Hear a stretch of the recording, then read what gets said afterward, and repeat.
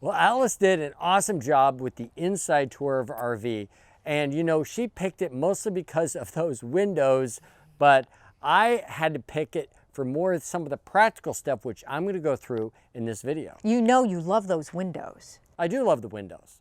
Now, this is the Grand Design Solitude 310GK, and we're going to go through a lot of the stuff on the outside. We're going to go through like the suspension components, and we're going to go a little bit on our solar system and the inverter and the batteries and the pin box and all that stuff on the outside of the RV we're going to cover today. All that manly stuff. Yeah, the manly stuff.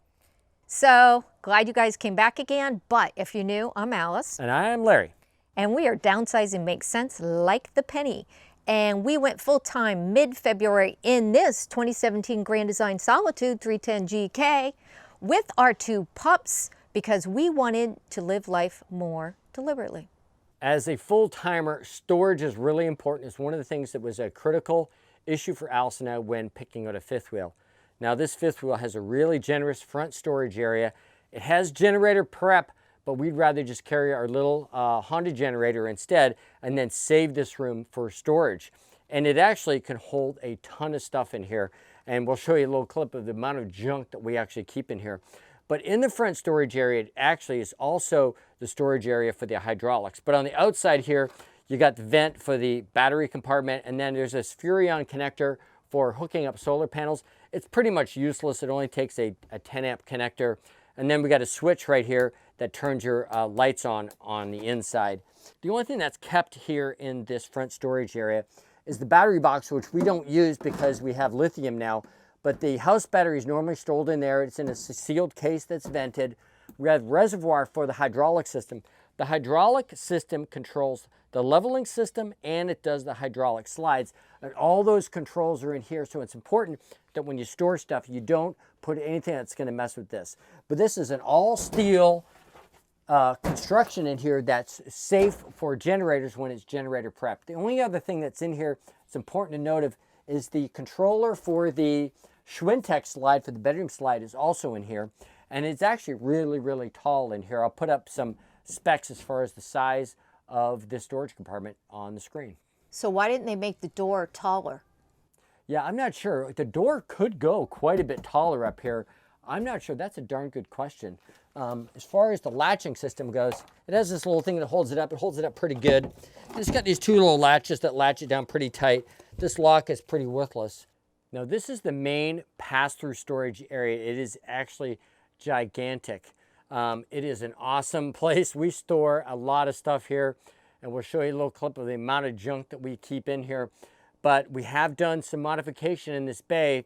This is where we put our solar system. So in this bay, we have our battery bank. I have a 4 battery bank of lithium Battleborn batteries. We have our 3,000 watt inverter up here. Then, of course, we have all of our electronics and controls up here, which I will eventually get to a video on our solar system, but I wanted to have some experience with it first before I made a video saying how great it was. Also in this storage area here, there was a wall here, so instead of taking up a bunch of storage area for our solar system, we actually took the wall down that was here and pushed all the solar under the stairs. This is the stairs right here. So we used up almost no room in our storage area. As a matter of fact, we actually made up some room. The wall that was actually right here. So we actually gained storage area when we put the solar in. Now, I'm going to move this wall over here, and so you can see other areas that are here in the storage area. You can see at the back there, we got the water heater. This is the back of the Nautilus system. We have the water pump over there. And then back around this corner is where we have some of our other components for our solar system. I'll put a little a shot of that on the screen. But we have the heater down below. So there's a lot of stuff that goes along behind this wall. But I really wanted to show kind of the behind the scenes, the plumbing pipe, and all the controls that go on here that are part of the storage bay. The problem is when you have the storage bay full, it's hard to get to that stuff. So you have to move a lot of the stuff out of the way. But this is where we, as full-timers, we have to keep a lot of stuff on board, and this having a large main storage area is awesome. In the back of the storage area, we have our water pump. Our water pump actually was mounted more up here, and it was so loosely attached. So I had to reattach that and refix the water pump. This water heater actually does have, if you see on top there, it's an alarm system. So when the water gets on the floor here and sets this alarm off, it makes this crazy beep. We did have a leak. The housing cracked on here and the alarm was going off. We had no idea what it was, but luckily we had that alarm system in here that was put in by the previous owners that alerted us that we were actually flooding down here in the basement. It's really important to know your weight numbers in your RV. Our tags are right here on this side of the RV. It has our VIN number, and then it has our GVWR, and it has our tire information, and then it has our cargo carrying capacity right here. It's really important to know these numbers. As full-timers, we do change our weight in our RV occasionally, so it's really important to weigh and to know that you're always within your capacity. Now, we just broke our leaf spring, so the one thing we wanted to check is it has our gross axle weight rating back there is 14,000 pounds, and we were 11,900 pounds. It was good to know that. Our 2017 Grand Design Solitude 310GK is 34 feet 11 inches long. It's 13 feet 6 inches tall up to the top of the air conditioner. It is 13 feet 6 inches wide from slide to slide, and the body of the RV is 8 feet 5 inches wide. One of the reasons we chose a fifth wheel is because the slides turn this into a house. The opposing main slides and the bedroom slides really open up the inside of the RV, and that's one of the key features that we love versus a Class A. Now, so this has 3 slides. It first of all has this bedroom slide, which is a 3-foot slide. It's got the Schwintek system. We did a video on this slide breaking, so I'll put a card up there to check that out. In addition to this slide, which I actually will have to mention, I have my little foamies on here because, again, I keep hitting my head. I always make sure I have those on because I hit my head all the time. So this slide opens up 3 feet. Now, this is a hydraulic slide. It's controlled by those hydraulics in the front compartment. This is a 2-foot slide. This is basically our kitchen that slides out here. And this is a Lippert system. It is a 2-inch by 2-inch slide rail system that goes through the frame. It's a very strong, robust hydraulic system for moving slides. So like I said, the fridge and a lot of the kitchen components are in this slide. When we're coming and we're making our connections, we need to make sure we're 2 feet out from where the water connection is. So I actually make marks on the back of the RV here. This is my 2-foot mark. So I go like this and I'm like, okay, I need to be this far out when I'm opening up my slides. Now on the other side, we have the living room slide, which is a 3-foot slide. And this has our couch and our computer workstation all in here. And again, this is, you can see the underneath here a little bit better. This is the 2x2 rails that go through the frame. It's all controlled by hydraulics, a very robust, solid system. It's been around for years. So we love having these hydraulic slides. But the most important thing are those big, huge windows. Yeah, Alice and her windows. Yeah, so these are heavy slides because they got a lot of windows in them. That's why it has to be a really good slide mechanism. So this RV has a 54-gallon fresh tank. It has a 50-gallon gray tank and a 50-gallon black tank. Now, when we first bought it in 2017, the 2018s and 19s had a 94-gallon fresh tank and a 100-gallon gray tank. And we thought we were getting the bigger tanks, not knowing the 2017s had the smaller tanks. So that's on us for not doing our good research on that. And we didn't actually realize this till we had actually owned it for almost a year. And Larry blamed me for using too much water. Yeah, I thought Alice was just taking too many showers, but I actually figured it out that we do have smaller tanks, which we really can work with. When we're at state parks, I use the bathhouse. Alice uses the shower in there. So when we go dry camping is where the gray tank and the fresh tank being smaller is going to be an issue. Our gray and black tank valves, our controls are right here in the wet bay, which is very convenient. And then our sewer connection is right down here. Something that's really important to have is to have one of these valves, these slide valves at your exit right here. It really helps from making messes when exchanging your valve, because the valves inside the RV can leak a little bit. And when you pull this cap off, you don't want any leakage on you or on the ground. So get one of these little slide valves.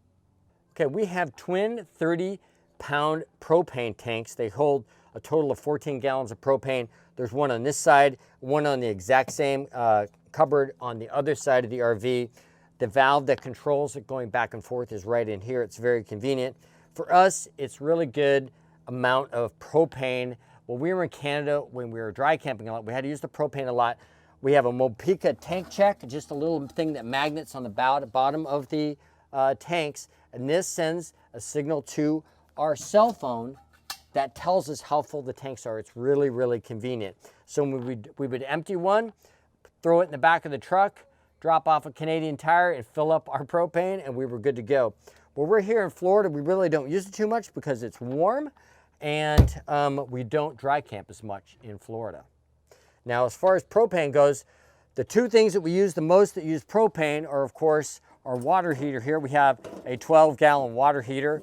And the convenient thing about this heater is that our shower is basically right here. So from the water to get from the water heater to the shower is really quick. We waste a very small amount. Wicked fast. Wicked fast. So the propane, when we're dry camping, of course, it uses electric when we're on power hookups, which is great.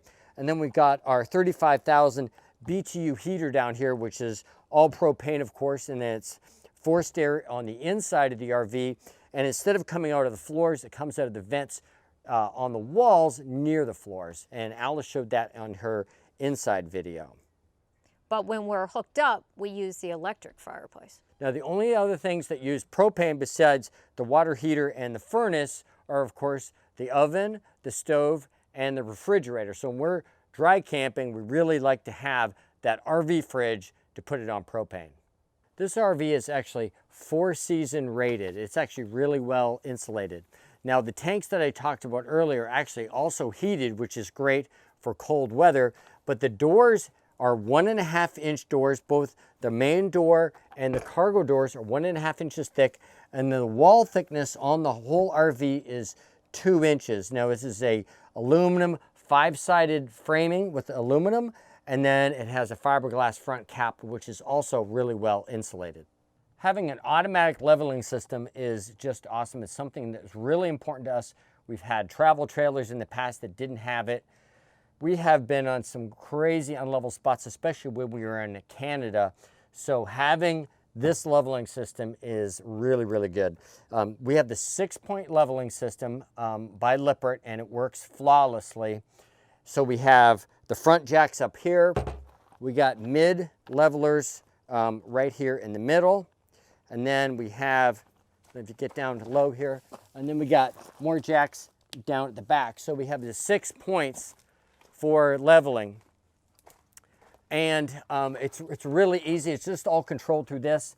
Basically, when you get to your spot, you raise your front jacks and you hit auto level, and the whole thing gets level.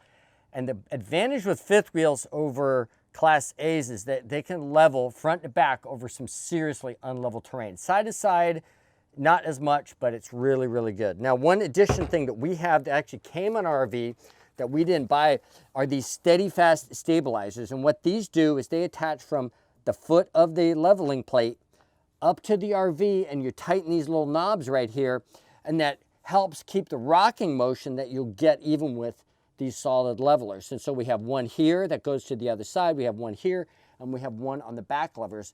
So we got two that stop the side-to-side movement, and this one stops the front-to-back movement. It's called steady fast stabilizers, and we use them every time that we level and get to our campsite, just to help reduce that little bit of motion that you get. This is our P1 Nautilus water management system in this bay right here.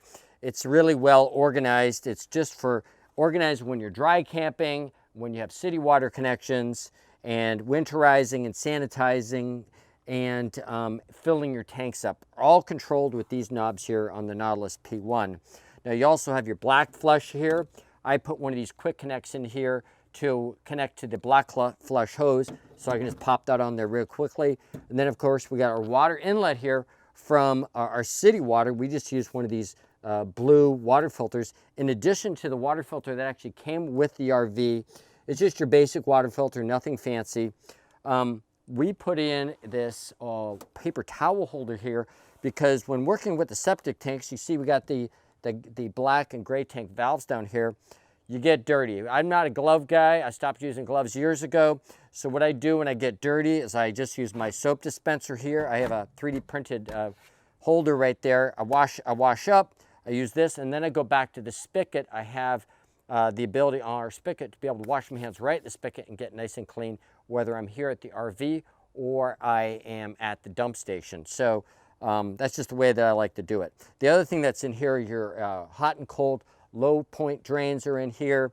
They also have an extra plug, cable hookup. You can turn my water pump on and off here. And then of course there's a hot and cold quick connect shower connection in here also. So it's a really convenient section. It's all enclosed in this bay, and it keeps it up sealed nice and tight so that bugs, rats, and mice and stuff like that can't get in there. One thing I did do, where the hose comes up from the bottom, I put this little foamy in here in this little compartment, and that helps seal out that area so that when the hose is in there, nothing can crawl into my little wet bay here.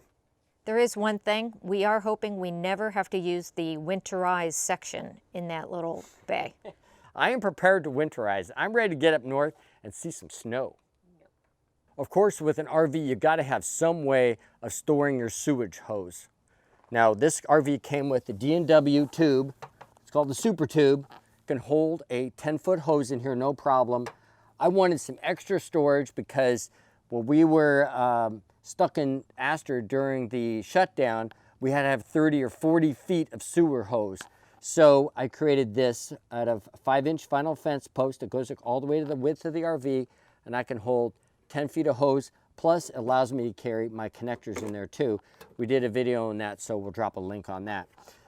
So that's the two ways I have to store the sewage hose. Now, of course, a lot of these RVs have the 4-inch bumper, and we can keep another 10-foot hose in the 4-foot bumper. And this is one that I only use for emergencies, and these caps screw on, so I hardly ever use that. Now, as far as this bumper goes, we used to have a hitch on the back here that attached to the bumper, and it was this little guy right here that you'll see a lot of RVs have. And basically it goes underneath and it attaches like this, and this is where you connect onto your hitch. The problem is, while we were bouncing down the road on our way to Canada and back, this bouncing back and forth completely split the bumper where it was attached to the frame, and we almost lost all our bikes and the bumper and everything. Now we just got it.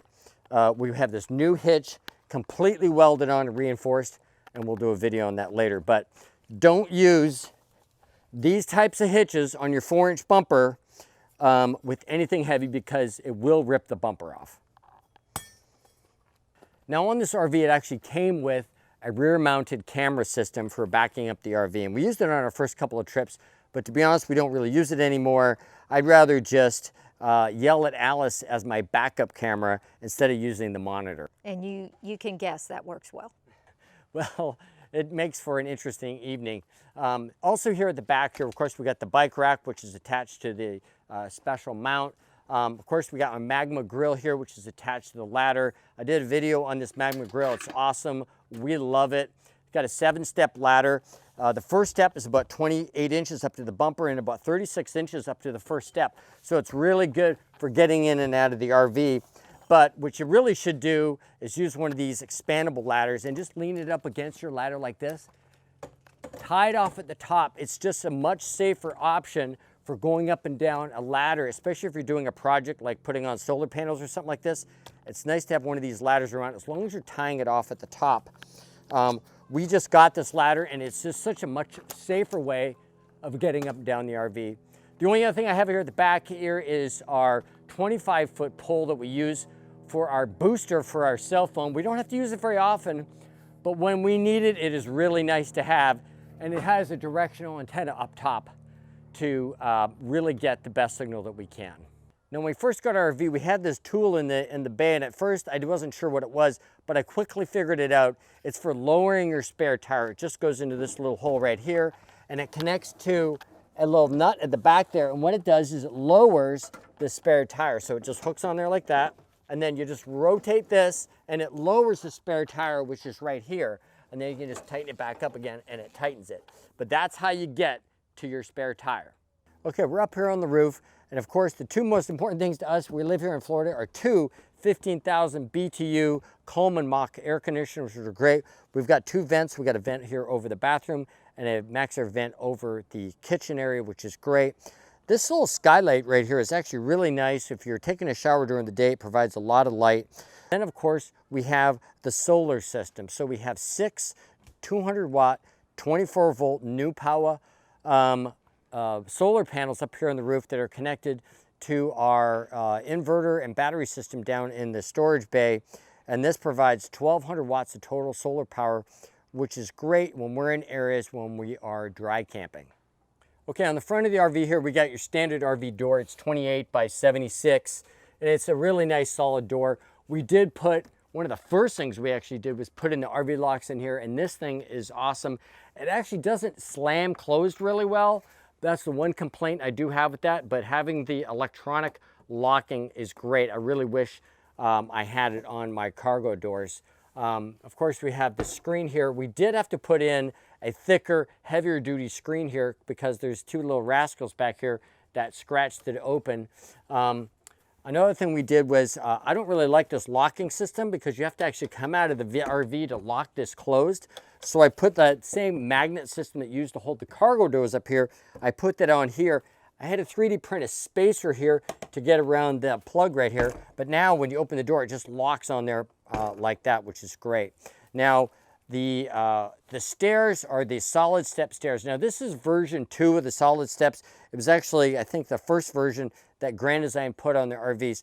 The problem with the steps is they are very, very heavy, especially we have these rubber treads that we put on here, makes it a little extra heavy. We put that on for the dogs. We made a video about that. But we wanted to upgrade to the lift assist. It's a little hydraulic system to help you lift those up, but you can't do that with the version 2. You need the version 3 solid steps. So that's really the big issue we have with the solid steps. But we like this type of step. We'll prefer the one that was easier to lift. We have an exterior power connection out here, which is GFCI, connects to this GFCI breaker that's in the bathroom. They have an exterior connection here for a shower hose. It has a quick connect that can either connect over here or into the wet bay. We also have dual speakers out here, which is great, and 2 exterior lights. Now there's also a light that's built into the awning here, which is actually our preferred light for at night, is to use this awning light. And then we have a 16-foot awning. It's an awesome awning. Check out our awning, our repair video, because we actually tore this entire awning off, leaving our very first campground. So check that out. But it's an awesome awning. We use it pretty much every time we camp. Not we, you tore it off. Thanks. This RV actually came with a pretty decent kingpin. It's the Lippert Rotaflex kingpin. It's got this rubber bumper in here that helps soften the ride a little bit as you go down the road. One thing I did add was these little bumpers here I had to glue on because I tore my head open. We made a video about that. So this protects my head from getting ripped open again, because when I wear a hat underneath, I'm constantly hitting stuff. So this is a great kingpin. It matches up great with our B&W companion hitch in the back of the truck. So this is an OEM puck system hitch, just pops right in, and it's very, very easy to hitch and unhitch the truck and have a lot of confidence in our connection with the RV. Now, the only other thing we do use this for, of course, we have our doggy poo container here. So when we come back from dog walks, we use this to keep the smell down. But this is just a convenient place to hang it when we come back from our little dog walks. Now, one of the things we're going to do with our tour that you don't see on most RV tours is we're going underneath and we're going to take a look at the suspension system. So let's flick on the light and go underneath. Make sure I'm recording here.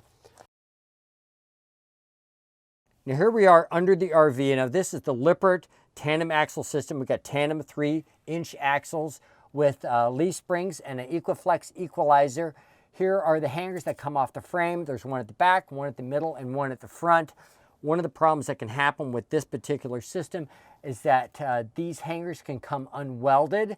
Now Grand Design actually reinforces the hangers, and you can see by looking at these 2 springs here that this one is flattened out. This is the old one. This is the one that we just had replaced that broke, and see how much more curved it is. So it's really important that you're taking a look at your suspension system on a regular basis and looking at your leaf springs to see that they haven't been flattened out or worn. We're actually replacing all of our leaf springs here coming up soon. But you also want to take a look at your shackles and wet bolts and the rest of your suspension components to make sure that they all look good. Now this RV also has 16-inch wheels, and it has electric brakes like most RVs do. Just have to make sure that you take a look at your brakes and make sure you're checking your grease in your wheel bearings at least once a year or 8,000 to 10,000 miles. One of the things Grand Design did really well is put really good rims and tires. These are high quality aluminum rims matched up with Goodyear Endurance G-rated tires. Now these are just like the super high quality tires, and they're nice and big, nice 16-inch tires to get you down the road safely. Now one of the things that's really important is keep checking your tire pressures. Now we have the Easy Tire tire monitoring system that we use every time we travel. We are making sure that these are connected to our monitor in the truck, and we have it on and always watching it while we travel. Really, really important. Thanks for watching the outside tour of our Grand Design RV. Now, if you saw Alice's indoor tour, she did an awesome job. So please let me know in the comments whose video you liked better. I have a feeling you're gonna like hers better, but I had to cover all that stuff on the outside, which just isn't as fun as that inside stuff. Hashtag Team Alice. So please leave us a message in the comments if you like this video. Anything that we didn't cover, you have a question about, please ask us down in the comments. We're always trying to improve videos like this, so if you got some great input for us, please leave it there. You can also leave a comment on Instagram or our Facebook group, both Downsizing Makes Sense. Yeah, so if you like this kind of content, we do a lot of this kind of stuff: RV tours, campground tours, RV DIY, full-time RV living, that kind of stuff. If you like that stuff, please consider subscribing to our channel to a link down here. And I'll leave a link over here somewhere for something for you to check out next. And remember, Downsizing still makes sense.